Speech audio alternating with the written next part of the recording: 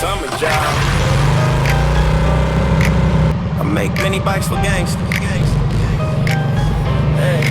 Mini bikes for gangsters. Mini bikes for gangsters. Life is too short to do anything else but make mini bikes for gangsters. Mini bikes for gangsters. Mini bikes for gangsters.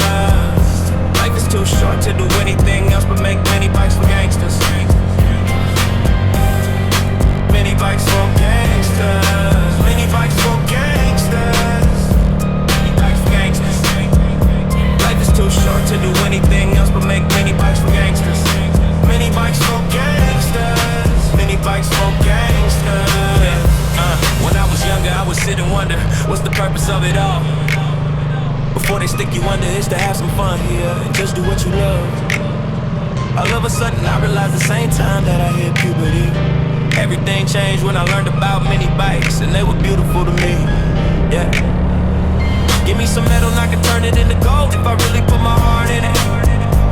I knew my purpose, I knew that that's what I do before I hit the 4-0. They were laughing at me, I was working in the heat and getting greasy. Now they need me, it's crazy.